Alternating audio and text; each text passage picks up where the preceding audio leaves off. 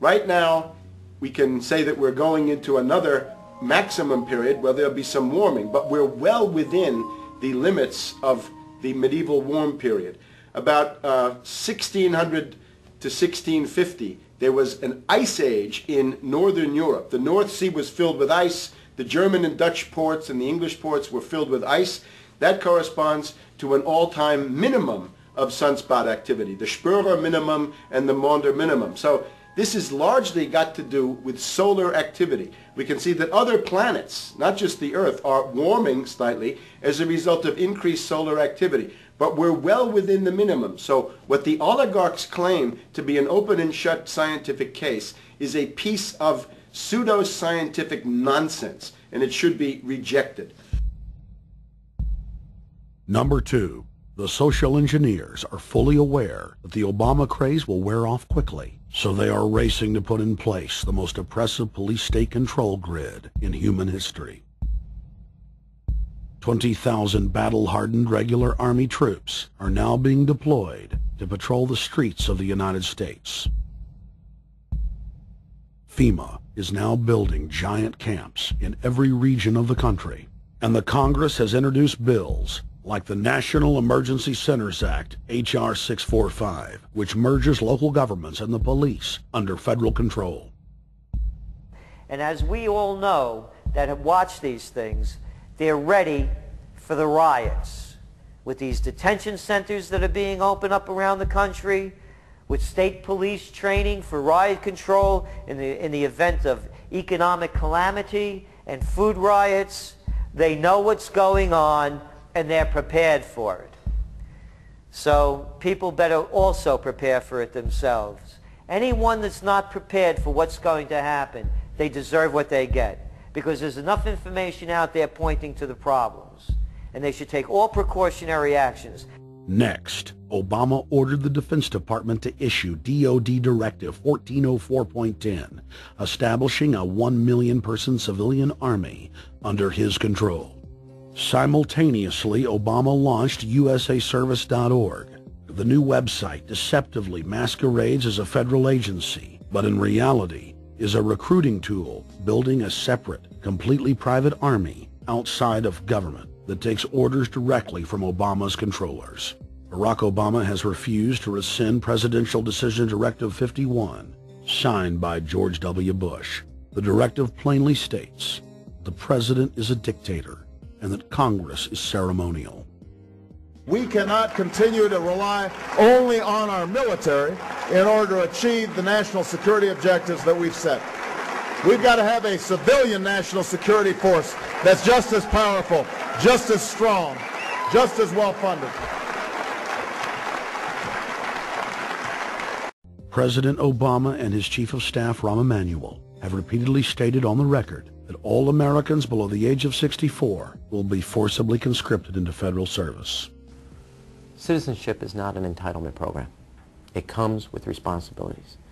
Everybody somewhere between the ages of 18 and 25 will serve 3 months of basic training and understanding in a kind of civil defense. Now, it doesn't always have to be service in uniform. One of the things that if you talk to our generals, they are desperate for is a civilian counterpart to our military forces. So is this compulsory then?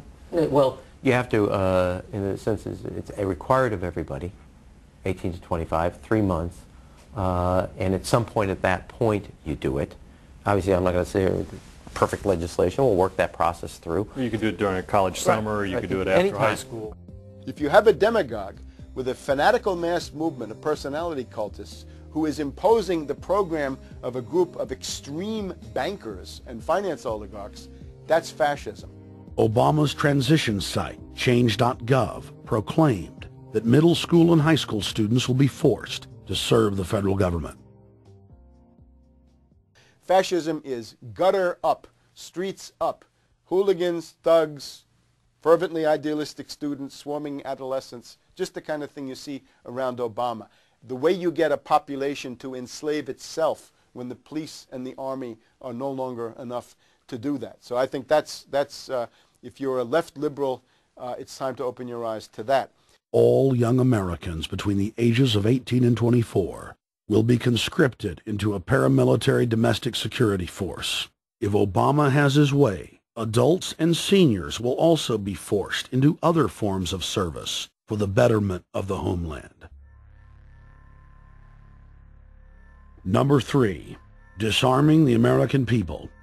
Obama operatives in the Congress have introduced more than 10 bills that would end the Second Amendment as we know it.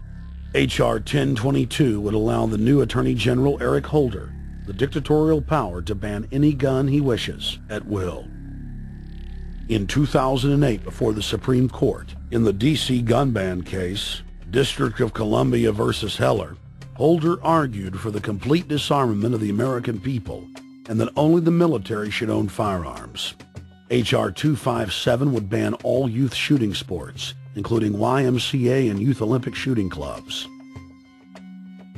H.R. 45 would force all gun owners to undergo federal psychological screening, registration, and testing to keep their firearms. White House Chief of Staff Rahm Emanuel has proposed the extrajudicial banning of any American on the fraudulent no-fly list from owning any firearm. That is, if you are on the no-fly list because you are known as maybe a possible terrorist, you cannot buy a handgun in America. Over 25,000 Americans are added each month to the no-fly list, which numbers over 1 million people who have not been charged or convicted of any crime. It's a case of mistaken identity for a 5-year-old boy from Normandy Park. He had trouble boarding a plane because someone with his same name is wanted by the federal government. King 5's Mimi Jung is live at SeaTac Airport to explain. Mimi. Lori, it's hard to believe that a 5-year-old could be considered a threat, but that's exactly what happened here at SeaTac last week when Matthew Gardner showed up for a flight to LAX. As 5-year-olds go, Matthew Gardner is about as harmless as you can get.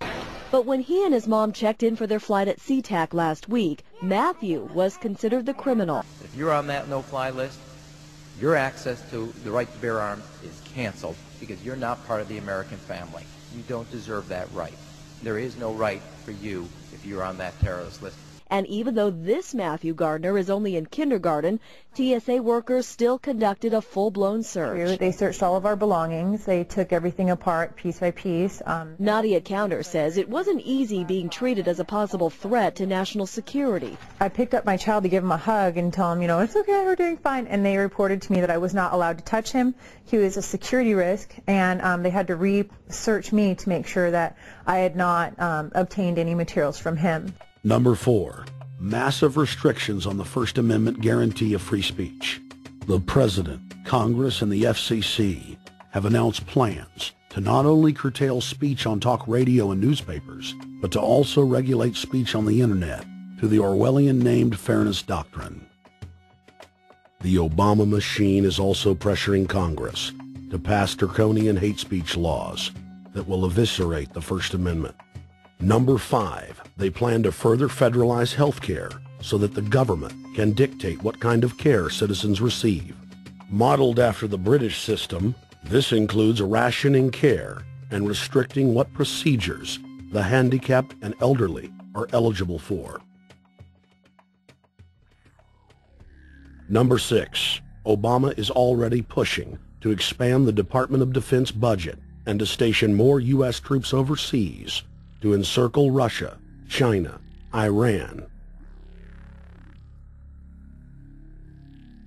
as well as setting up bases in Africa under the pretext of humanitarian aid, and dominate and occupy Africa through AFRICOM. So we're taking your phone call, seeing what you think of Barack H. Obama. Is he a Judas goat? Is he a front man? Is he a betrayer? Let's go to Anthony in Georgia. Anthony, what's your take on Barack Obama?